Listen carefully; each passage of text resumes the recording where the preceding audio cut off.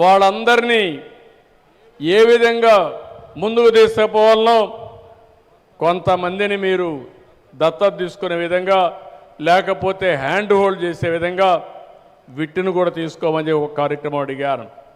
అది కూడా చేయమని చెప్పి ఒక రిక్వెస్ట్ చేశాను.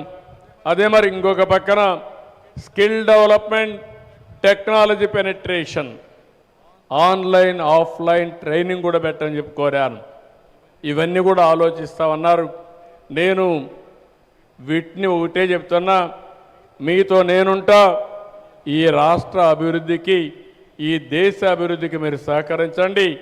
మీరు ఏ కార్యక్రమం మంచి కార్యక్రమం చేసినా దానికి పూర్తిగా సహకరిస్తామని చెప్పి మరొక్కసారి తెలియజేసుకుంటూ, చాలా స్టూడెంట్స్ని చూస్తే ఉత్సాహం ఎక్కువైపోయి తెలుగుదేశం పార్టీ జెండా కూడా పట్టుకొచ్చే పరిస్థితికి వచ్చారు.